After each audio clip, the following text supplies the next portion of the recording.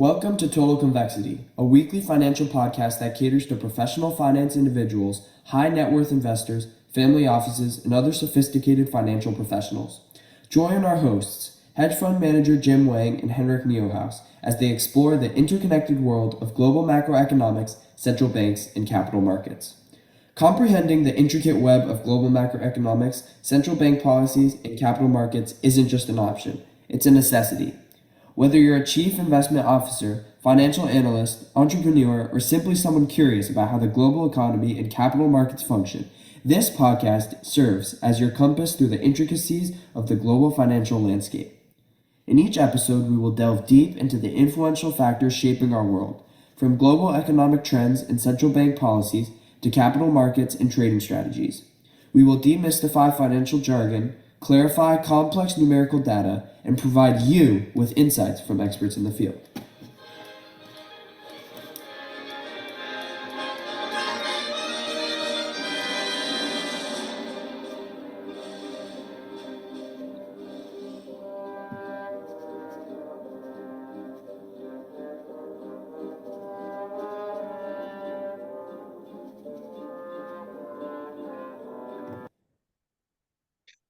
Total Convexity episode 14 is being recorded on June the 28th, 2024.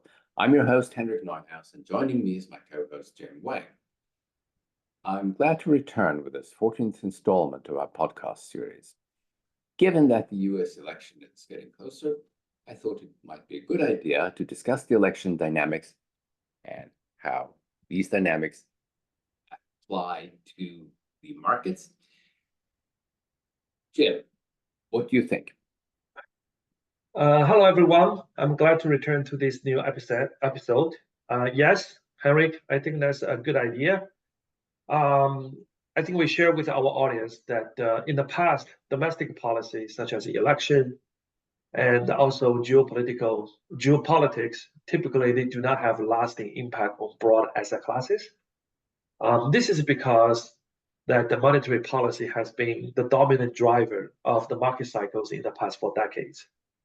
And this has changed. And the reason is that physical measures are playing increasingly important role, and the geopolitical landscape is reversing from post-Cold War unipolar world to multipolar world. So as a result, both domestic politics and the geopolitics are increasingly play more important role in shaping the world economy and the capital markets. So that's why we are having election discussion today. Before we start discussing the details, Henrik, maybe you can share with us some of the key timelines. Sure. Well, we obviously had the first presidential debate last night on the 27th. The next political event, really, will be the Republican convention in Milwaukee.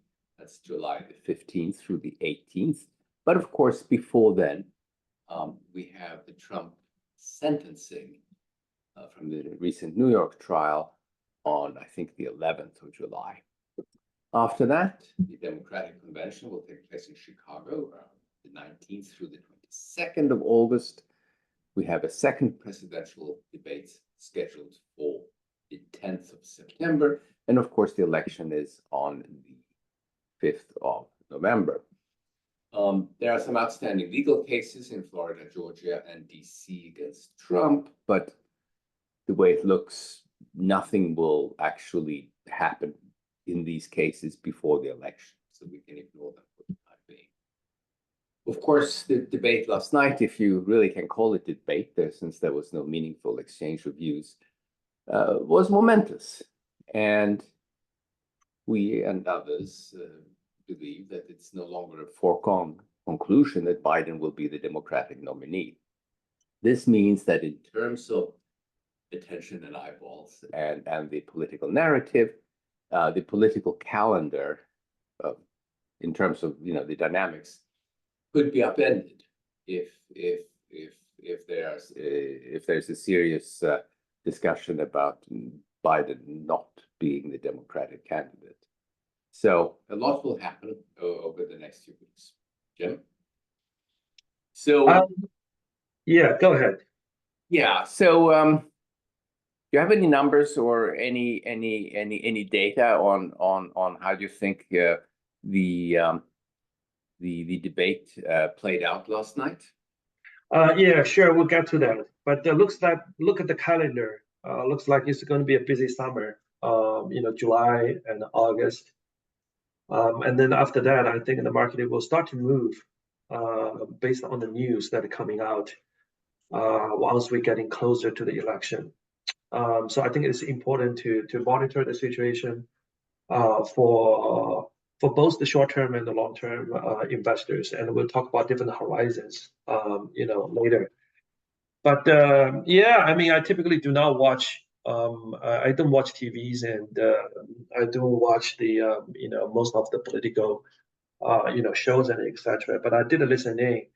And I think the result of the poll, and also I'm just showing the chart here for the batting average of who is going to win the president based on the betting side, and it's no surprising to see the changes. So I'm showing the graph here, and then I mean the red line here is showing the odds for for Trump to be the president, and the blue line is Biden. You can see Trump has been leading, and sometime in spring, like April and May, the lead has basically narrowed, and they almost been the same. I think that has something to do with the temporary economic rebound of growth, and then since then they have widened again. So I think beneath the surface we can see the consumer sentiment is very low. The U.S. small business sentiment is close to the all-time low. So I think that partially, at the same time, inflation is elevated based on the most recent readings. So I think that explains the lead widening again. And right before yesterday's debate, Trump was 51% in favor. Now it's a 54.8, so a few percentage higher. But more notably, Biden before the debate is about 35, and now it's 19. So it's a drop of 16%. And the drop of 16%, right? Only a few percentage goes to Trump. And what you can notice here is really at the bottom, you see this light blue line is the Gavin Newsom. So Gavin Newsom, is his before the debate is about like 3.5 and 3%. Now the probability has increased to, let's see, almost 11%. So from 3%, 11%. So the odds actually increased for Gavin Newsom as result of yesterday's result. And I think that's actually makes sense. So remember, we were talking about this is the one of the uncertainty here is that we may actually have Gavin Newsom come out as the next Democrats nominee, and that can change the landscape of the election result and the odds for each candidate.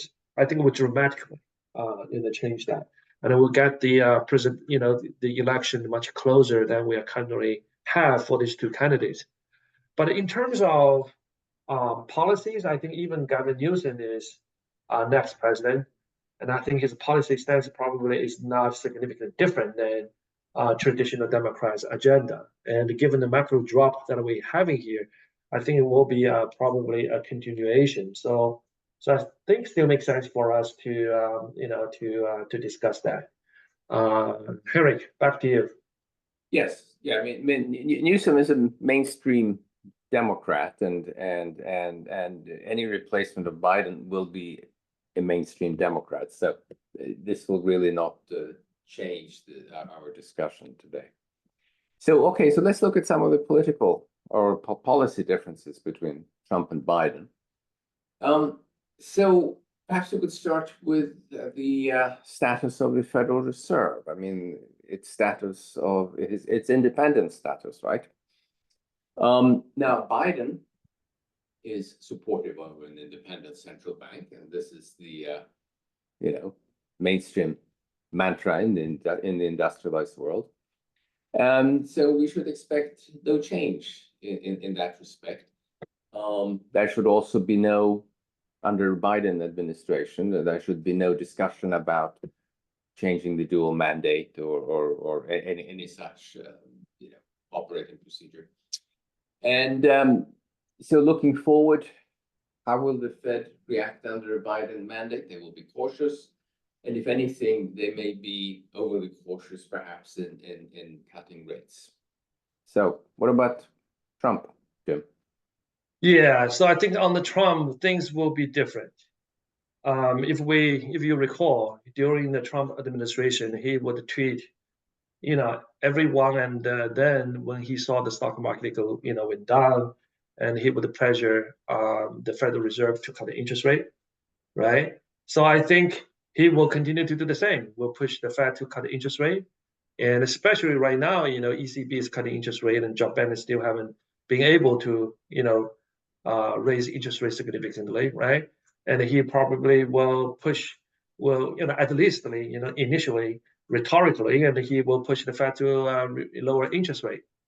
I think he also openly says that he want to, fire, Fed Chair Powell. And I don't know if he is able to do that within next 2 years. But we do know that Chair, Powell's term will end in 2026. So he will get a chance to nominate next Fed chair. And for sure, after that, he will have influence. And another his goal is, he openly talk about this, is to basically decrease Fed's autonomy. And that will endanger the Fed independence, status. And I do not know how much he can push this, because this will likely require legislative actions, and there will be legal and political challenges. Obviously, it will also have something to do with the Congress, who, Democrats and Republicans who will be in Congress. But the one thing for sure, that Fed independence status will be challenged. And how that evolve is really based on the factors I described above. So it's unfortunate, but I think that's probably is the direction that we are heading. Back to you, Eric. Okay, so next topic, taxation, right? Mm-hmm. So on the right-hand side, we have some of the main points of the Democratic agenda. The Tax Cuts and Jobs Act, the Trump's big tax cuts from 2017, will expire, will sunset next year under a Democratic administration. So they don't have to do anything, really. It will just disappear. Democrats have expressed an interest in increasing the corporate tax rate. It's currently 21%. I think Biden would like to get it up to 28%. It used to be 35%. Let's see what Congress looks like, if that's doable or not. Biden is talking about some income tax changes. I mean, he's specifically stated that there will be no increase in taxes for anyone earning $400,000 or less. Perhaps there will be some tax incentives for the lower earners. For the higher earners, yes, they should, as they say, pay their fair share. So there is talk about increasing taxes for the higher earners. That's it, really. Jim? Yeah, so for Trump's side, I think Trump, obviously, he wants to extend the tax cuts and the Job Acts of 2017. And like you said, that is going to expire in 2025. So if he extend it, and that will make these, income tax and the corporate tax permanent, right? So obviously, extending this tax will add, tremendous national deficit over a long period of time. And the estimation right now, according to the CBO, is about 3.5 trillion, right? So maybe we want to talk about fiscal spending, Henrik? Yeah, sure. Let's see what we have. Right. I mean, basically, we believe that both parties are prone to increase fiscal spending. Now, but of course, the details differ, right? The two major components on the Democratic side are really social programs and energy infrastructure, and by that I mean infrastructure in a very broad sense. Both of these tenets, one could argue, are investments in the future of the country, in human and industrial capital. But of course, the time horizon to record any tangible payoffs, especially for the social programs, is very distant.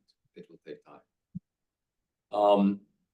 The effects on the economy when it comes to various energy infrastructure and other infrastructure programs are faster, but it will still take a long time. And perhaps it will take longer than, 1 4-year administrative period. But of course, there's more to life than balancing the books of the government. So what about Trump, Jim? Yeah, sure. So I think obviously we all know Democrats will spend a lot, right? They like spending. And the Republican typically focus on tax cut. But for Trump, he likes to spend too, right? And during the first term, I remember at the time, economy was doing well, unemployment was really low, and there's really no need to do the fiscal kind of spending. But they still signed the legislation and approved a lot of fiscal spending. So under his term, and basically, I think based on the estimate over the next 1 decade, is going to cost about 7.8 trillion. So I think if in conjunction with the tax cut, I think under Trump administration, the federal budget deficit and the national debt will increase exponentially. Although at the present time, Trump didn't lay out the specific spending plan yet, but I think based on his past record, his tendency to increase spending is clear. Now, typically, I think we have talked about this before, that typically physical stimulus and the monetary policy, they go hand in hand in the past, where during the recessions, and both physical and the monetary policy, they become loose. And, to stimulate during the recession. And once inflation or economy become very hot, and both will tighten together, and that will result to the end of the market cycle. I think since Trump probably started in what it was the first time, I think, after Vietnam War, that we have a fiscal kind of spending increasing while at a record low unemployment rate. So that started with the Trump administration. Obviously, the rest was the history of the pandemic, and right now the fiscal spendings, like fiscal situation we have right now today. It's really we have never seen anything like this before.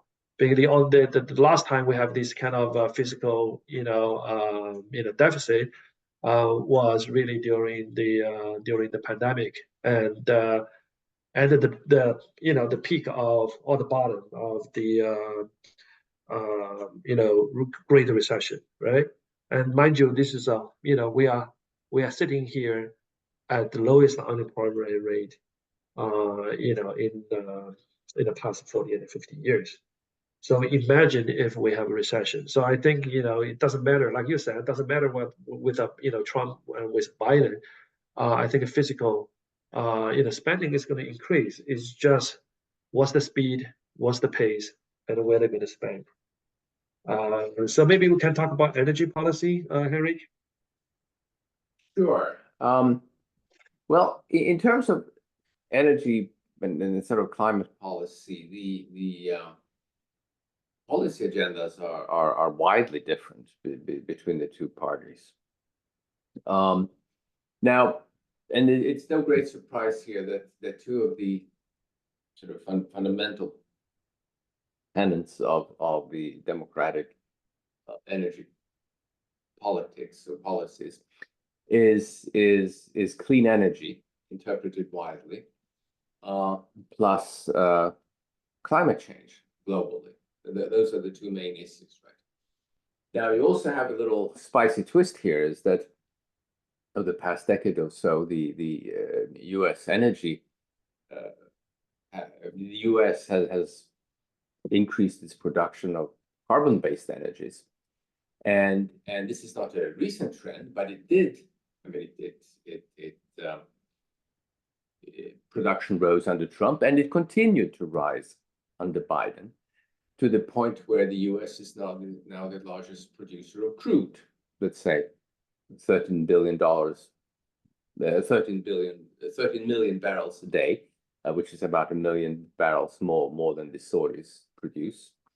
And the U.S. is now a net exporter of energy. In some ways, it's a good problem to have, but it doesn't reconcile very well with some of the other goals. So in terms of investments, what the Democrats might be pushing for, clearly a lot of renewable energy support for that, and to make the grids, electrical grids, more robust. We're talking about investment in storage just to even out the capacity use and so on. And then, of course, as we said, the Democrats also have their sort of environmental agenda, with goals to cut gas emissions by 50% by 2030, and all of these kinds of things. And who knows how far they will ever get, but it's at least a very comprehensive and well-articulated agenda. Jim, what about Trump? Yes. So I think Trump will do opposite exactly what you have been talking about Biden, right?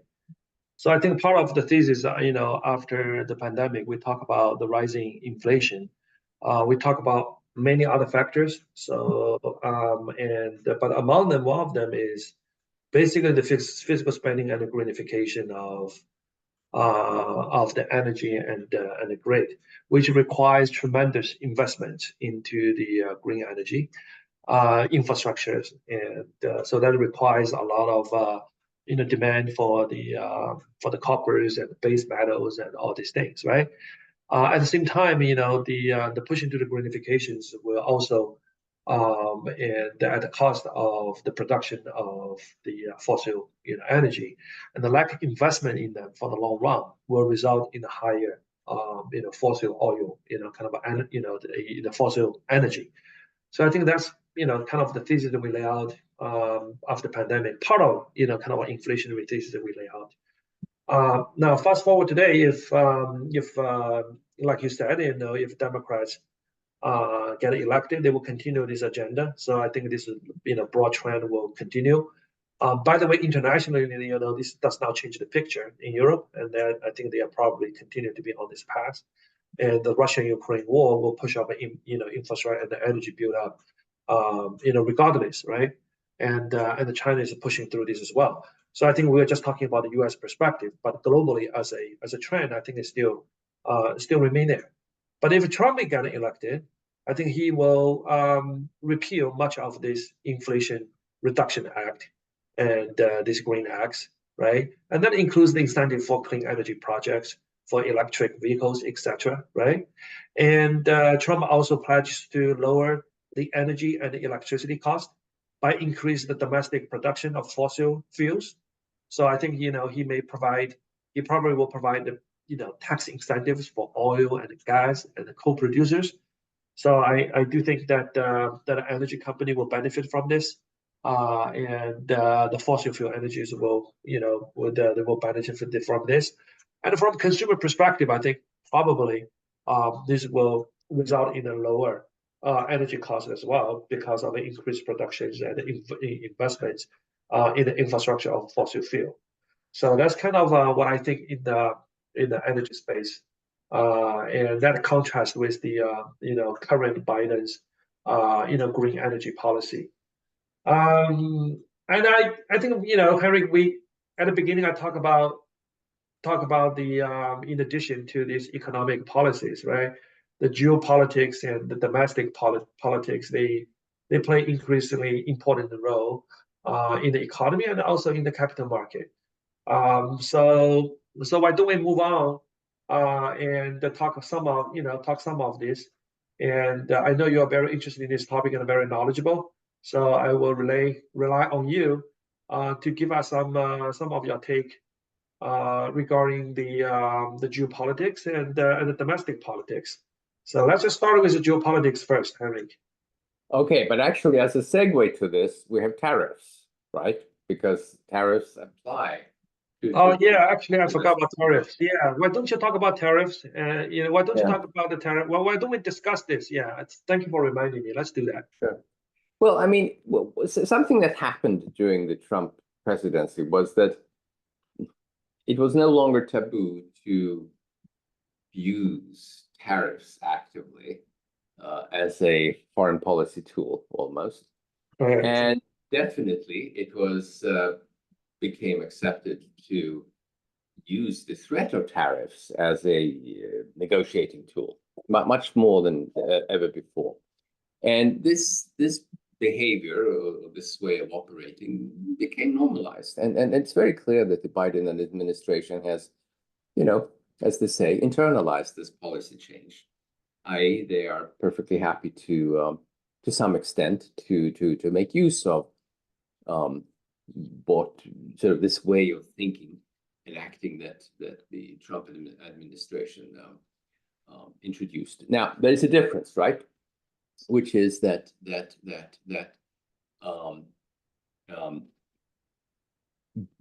Biden is much more likely to use tariffs selectively to achieve certain particular policy objectives, or perhaps even foreign policy objectives, whereas Trump, who is also interested in doing this, is also has a penchant to think about tariffs as a general tool that applies broadly to the economy. But Jim, you have some more details on this? Yeah, I think you are spot on. I mean, for the Trump, we have seen that what Trump have done, right? And he started with a trade war with China, right? And I think he will particularly, focus on that. And so I think imports from China were particularly exposed to hike and tariffs. But that's the same for Biden, right? So I think under that is not much big differences. But I think Trump will probably do more, and he will implement, kind of a stricter regulation on Chinese-made products, including a 4-year ban to phase out all Chinese imports of essential goods, right? I don't know if he can follow through, but that will be highly inflationary, right? Because that basically will increase significantly of the cost of the goods. But Trump have a transactional mentality. He's using any tools as kind of ways to negotiate, and he is using this tariff as a tool to achieve the goals that he wants to achieve. And because of that, he's not afraid to use this against any other countries, and including Europe, Japan, and Korea, and etc. So, like you said, it will be more indiscriminate. Under Biden, probably will be more targeted, and especially about especially on China. So I think the difference is that they all will have a tariffs on China. Trump probably will accelerate and with higher degree and with more volatilities, right? And what's different is Biden probably will be restrained to use the other countries, and Trump will feel free to use against any other countries, including allies. So now we can talk about the geopolitics, Henrik. Yes. Right? So why don't you give us what's your take? Sure, yeah. Well, as we mentioned before, the world is fracturing politically, and hostile actions are becoming more overt than just, say, a decade ago, right? We've seen that currently. And we have previously touched upon some of the underlying reasons for this increased political volatility. So let's focus now on how a Trump and Biden administration might respond to this increasingly dangerous world. Now, the distinguishing feature or difference between Trump and Biden is that Trump has a transactional mindset. He lives more in the present, perhaps, and does not appear to have much respect for the historical alliances and the common ideological foundations on which the US's relationships with Europe, Japan, and other countries are built.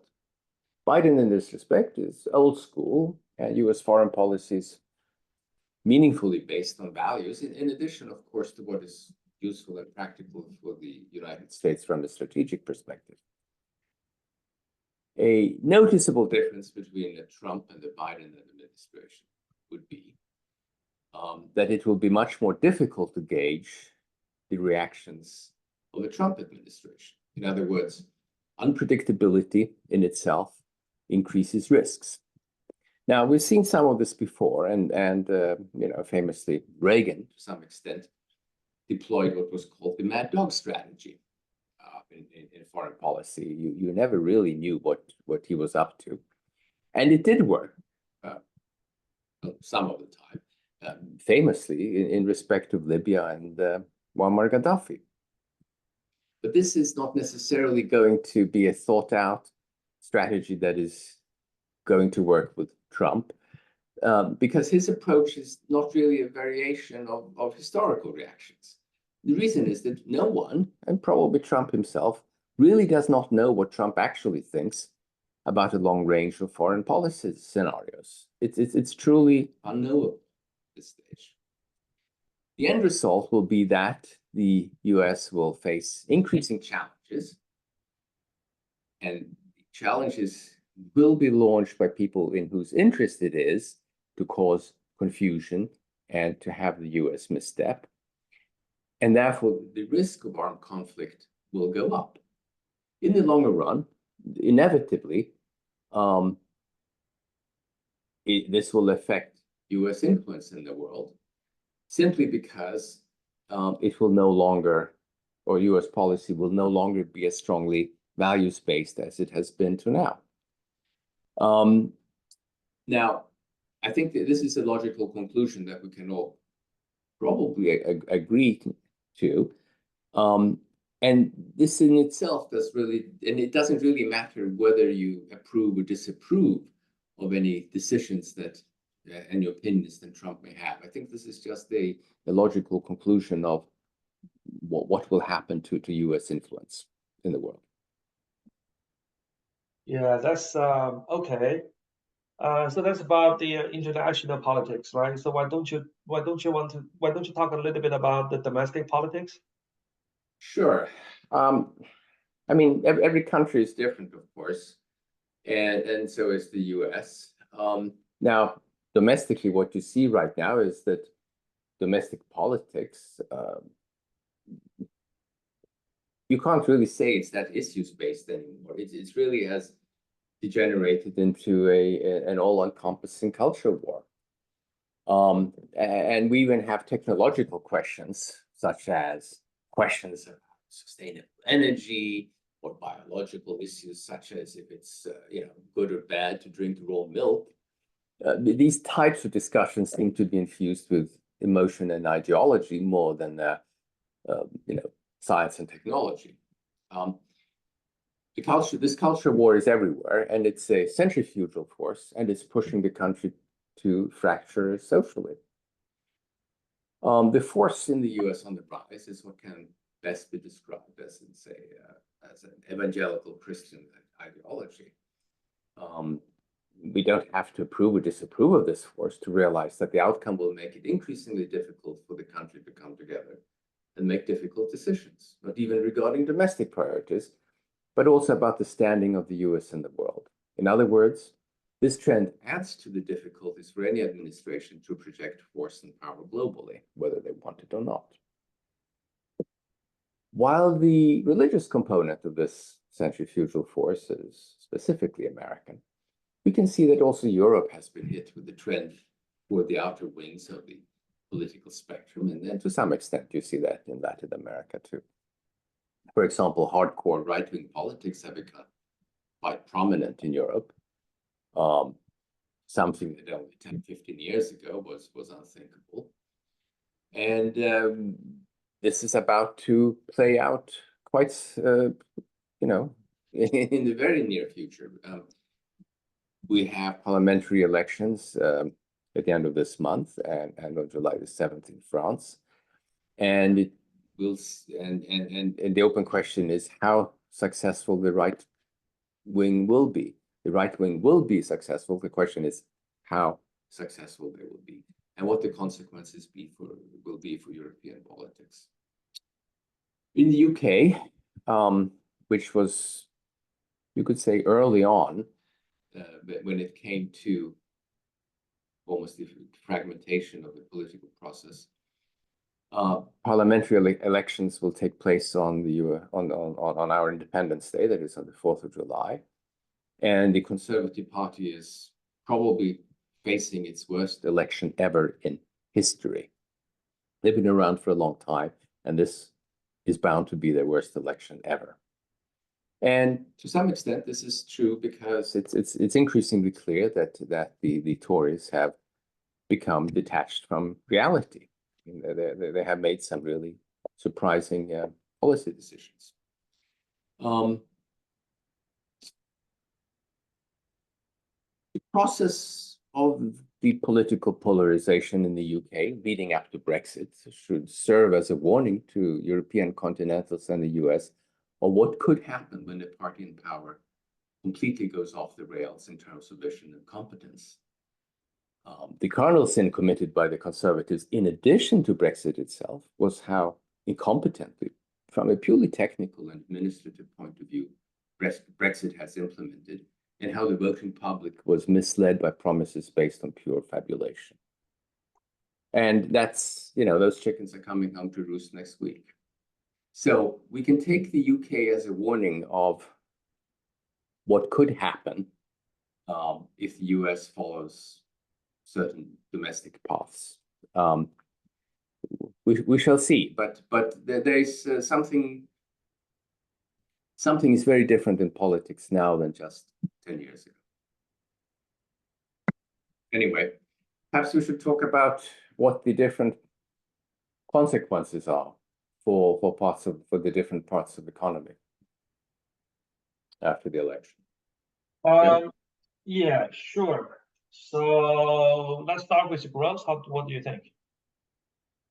Sure. Yeah. So I think in terms of growth, I would say the long-term real growth is really depending on the productivity, right? So you're talking about population growth and multiplied by the productivity growth, right? And I think it doesn't matter which administration, I still continue to believe that the U.S. productivity growth and innovation is still one of the best, and if not the best in the world. So that will continue to drive long-term economic growth. And what we're talking about here for the capital market matter is really how the growth cycle fluctuate against this long-term, the real growth, and where we are in terms of this long-term cycle. So I think from that perspective, that under the current administration or Democrats, right, and it's increasingly getting more debt-fueled spending, right, and then we all know there is a diminished returns on that. So I think that will hurt long-term real growth. We also talk about in the past that the market and the economy, they follow the cycle, and in a really free market is an invisible hand, right? And today is actually really the visible hand, and the visible hand is the fiscal and the monetary measures. In the past, we have low inflation, and fiscal measures typically take the secondary place, and the monetary policy typically take the driver's seat. So you have more predictable market cycles. And I would say under Democrats, this market cycle probably will continue, but it probably will be shorter and more volatile. And the reason for that is because during the downturn, you're not only going to have a physical, monetary, stimulus, you're going to have a physical stimulus. And with the debt level that we are having right now, probably will require the Fed to monetize it, and probably will push the inflation even higher. And that in return require a Fed who still have a predictable inflation reaction function to to fight inflation, hence result in the downturn. So we will have these shorter and more volatile market cycles than we have in the past, even under the Democrat kind of agenda and the economic policy. Now, if we change to Trump, I think this will even be more volatile and more unpredictable.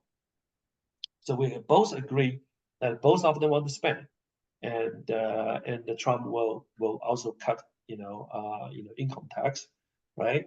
And so that's positive for growth, and that's bad news for inflation. Now, once the inflation comes, we know we have a predictable Fed reaction function to fight inflation. However, on the Trump, Fed may, he may force the Fed to do the things that the Fed does not want to do, and may completely change the independent status of Fed, in the worst case scenario. In that case, you're talking about more outright the kind of a debt monetizations, and even when the economy is doing well. So that cycle is going to be, and it requires probably once inflation is really high, and it probably requires stronger dosage, right? But how long? What's the pain threshold that the government can tolerate is completely different questions. So I think based on that, it's probably the market cycles will be less predictable, and the growth will be more volatile.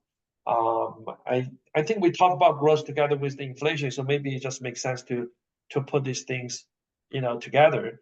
And if I look at it right now, that we are at the current stage, we think that we are as a typical cycle, Fed raise interest rate, pause, and then we have slow growth and the recession.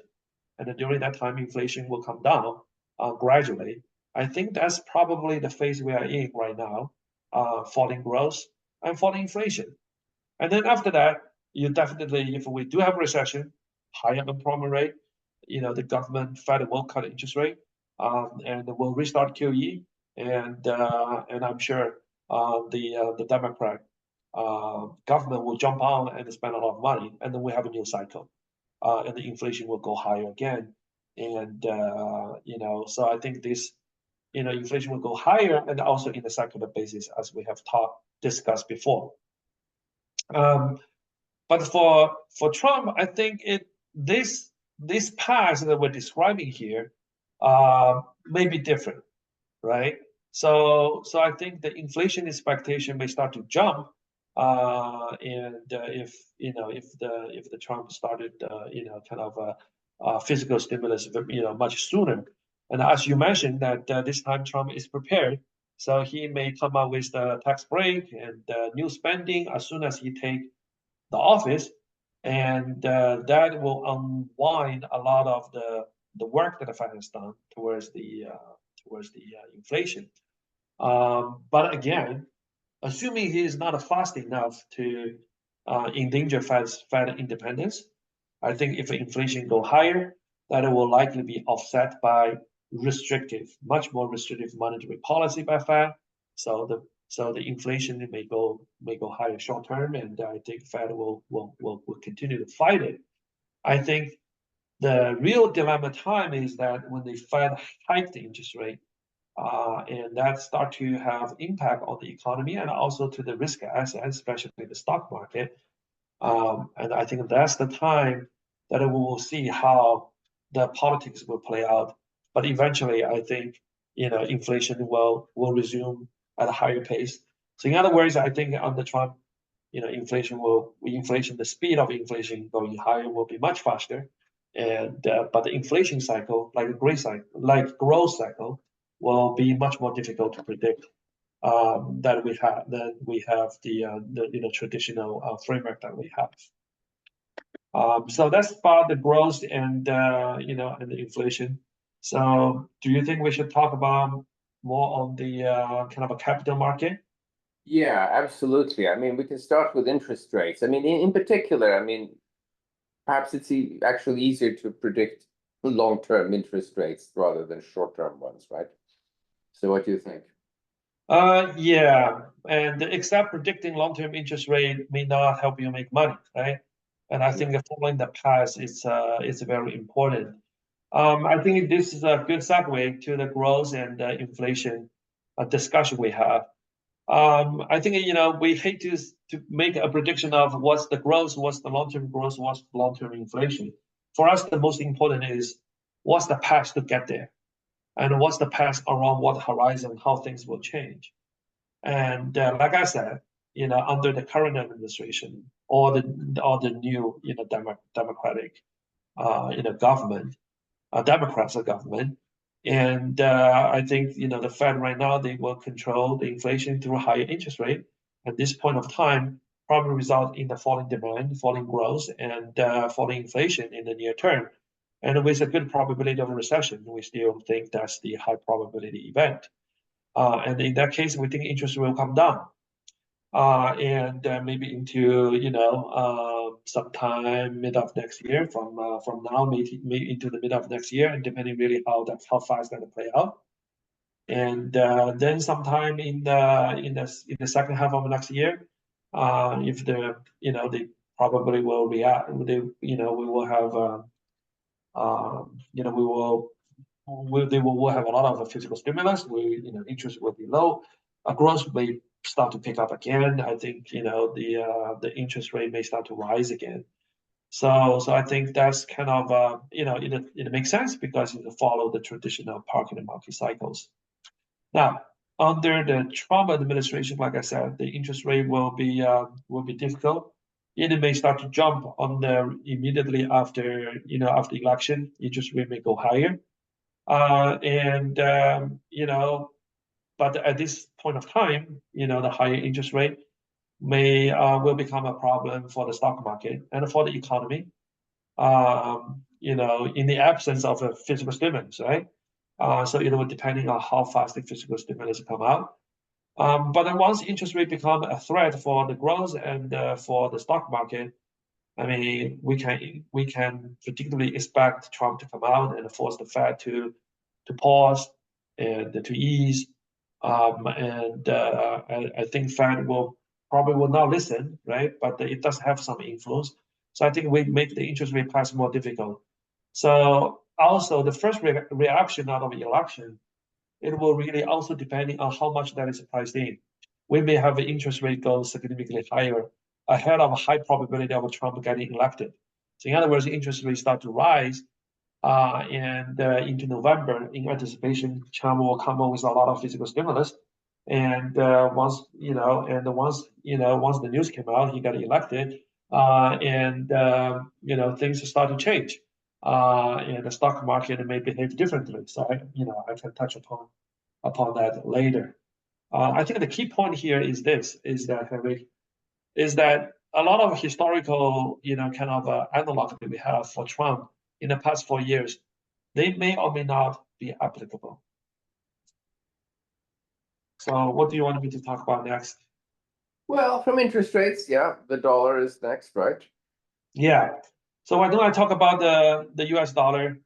I think the way we talk about US dollar is typical also follow a market cycle framework, where the US dollar typically strengthen when the Fed in anticipation of Fed strengthening, so and the Fed hiking cycle, and they start to weaken in anticipation Fed pause and ease, and then have a last leg of rally during the recession and the risk off liquidation phase, and then start to fall again once the Fed start to ease, lower the real interest rate, right?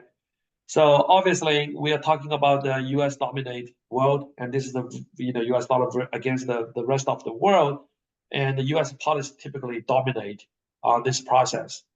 So you need to be mindful about this monetary divergence versus the rest of the world. But still, this cycle typically dominate this market, the U.S. dollar cycle. So I would say under this under the cycle probably is more predictable and under the current administration. Under the Trump, I think it will be volatile and unpredictable as well in the short term. And if we remember, during the Trump time, when Trump enacted large physical stimulus, right, in 2017, beginning of 2017, end of 2016, and we have an interest rate rise, and we had U.S. dollars falling, right? So the relationship between interest rate and the U.S. dollar may be broken, and the reason for that is because this is going to be increased physical stimulus, and I think the market expected that it will have an increased kind of a pressure for in the long run for the fiscal deficit. So fiscal deficit obviously does not matter from bankruptcy perspective. So a lot of people say physical kind of debt does that matter or not? Obviously, it does not matter because the U.S. government can always pay, and the implication really is how they can make this sustainable. And the only solution is you have a Fed to come in to basically monetize debt.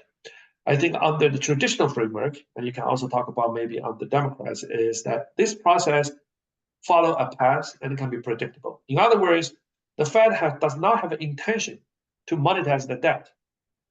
However, in the end, they will be forced to monetize it because higher interest rate will cause problem for the economy, and also will cause a threat for the financial stability.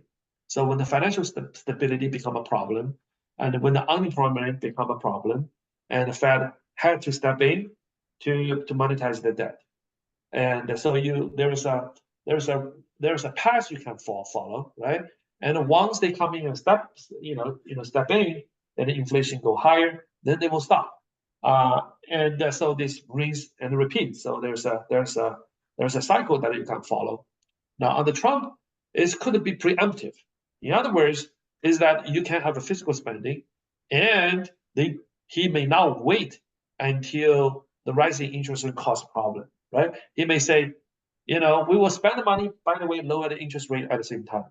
Okay, so in that case, I think the twin deficit situation that we have right now, versus and together with that monetization, and probably will lead the dollar decline even sooner, rather later, and probably more dramatic, and the path will be more difficult to predict, will be highly volatile. Although in the long run, I think the U.S. dollar weakness will start to emerge themselves in the longer run for the next major dollar down cycle. So that's kind of my take on U.S. dollar. Okay. Final piece, equities. Yeah, it's very difficult to talk about the stock market. I think we always need to put it into the context. Okay, so I think people always say that it's not like the things that you don't know is going to kill you, but the things you know, but that's not true, that's going to kill you.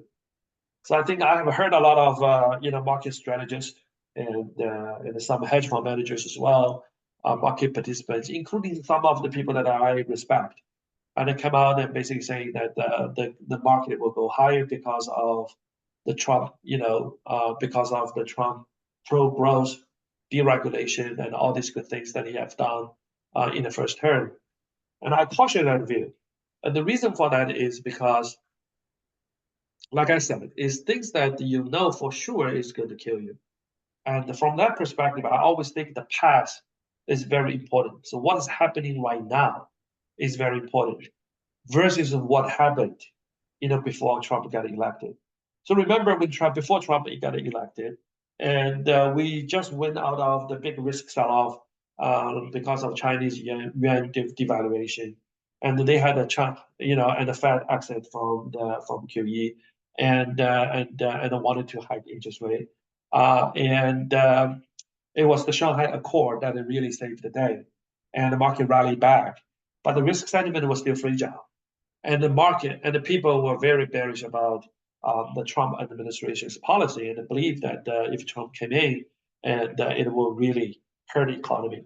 So it's because of this positioning and that backdrop that really propelled the equity market to melt up once Trump get elected.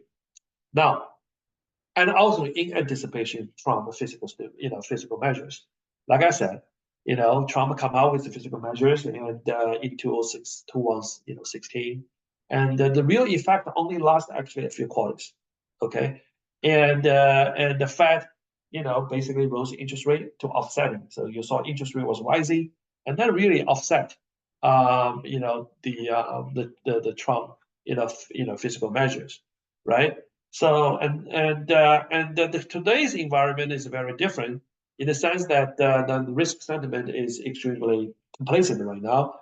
And if you do whatever measurement, and you can see that the equity market is really stretched, and the concentration, I think, is can only be exceeded in 1929, right? We talk about the valuation can only be exceeded in 1929, and also peak of tech bubble, right?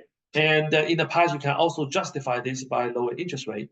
Now the interest rate is much higher, and plus, I do believe that Trump's possibility of Trump getting elected has been partially priced into the market as well by this equity rally.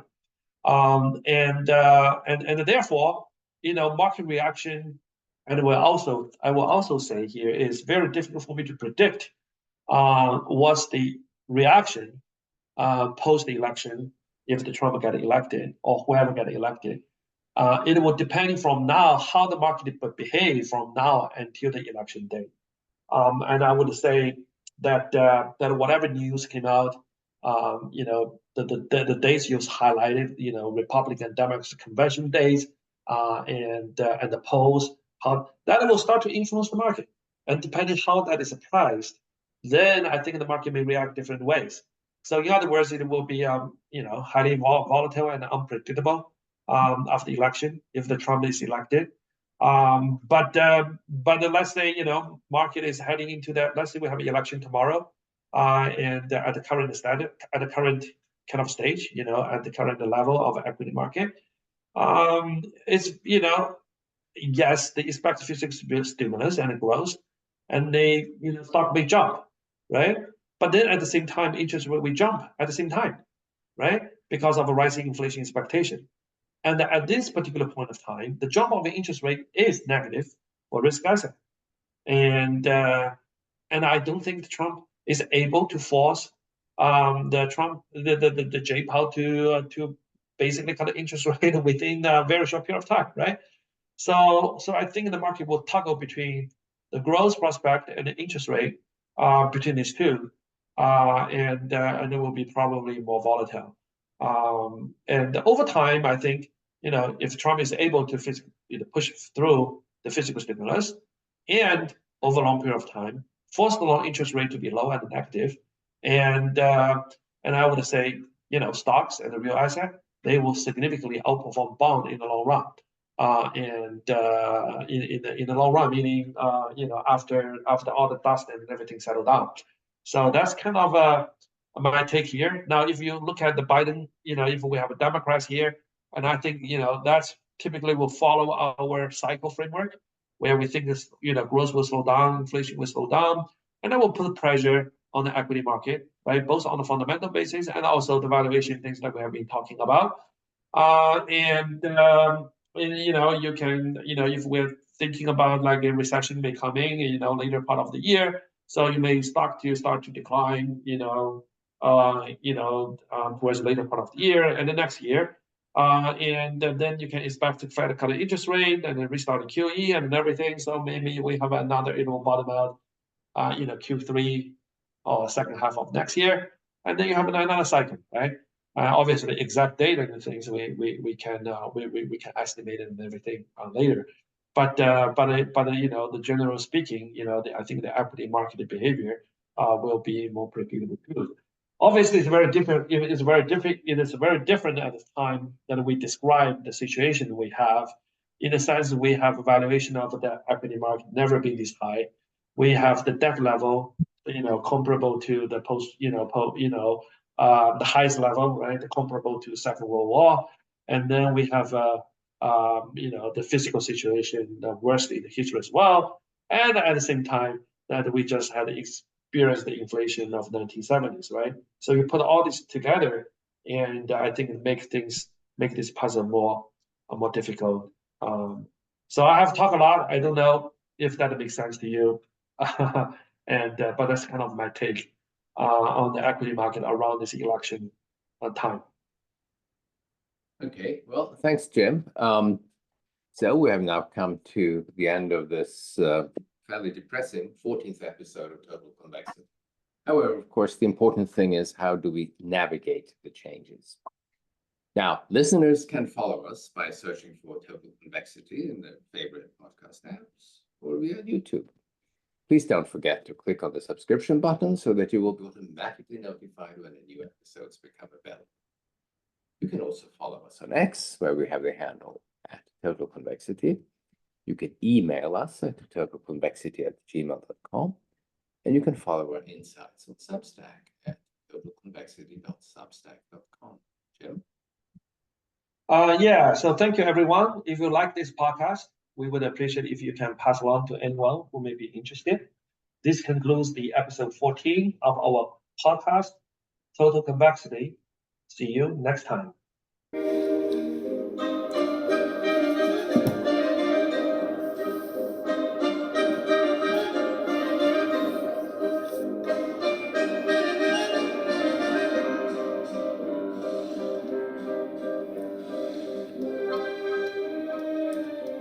Disclaimer: the information provided in this podcast is for general informational purposes only and should not be considered as financial advice. Consult with a qualified financial professional before making any financial decisions. All investments involve risks. There are no guarantees of profits, and investments may incur losses. The contents discussed in this podcast is not a recommendation for any specific investment. Past performance does not predict future results. The opinions expressed by guests on this podcast are their own and may not necessarily reflect the views of the hosts or affiliated parties. The podcast host and guests may have financial interests in companies or products discussed, and listeners should be aware that the opinions expressed by guests and their hosts may reflect biases. We strive for accuracy, but financial information can change rapidly. The content may not always be up to date or complete, so verify information independently. This podcast does not offer legal or regulatory advice, and listeners are responsible for ensuring that their financial decisions comply with applicable laws and regulations. Mentions of specific financial products or services do not constitute endorsements. Perform your due diligence before engaging with any financial offering. Listeners are fully responsible for their financial decisions, and the podcast's guests, hosts, and affiliated entities are not liable for any financial losses resulting from actions taken based on the provided contents.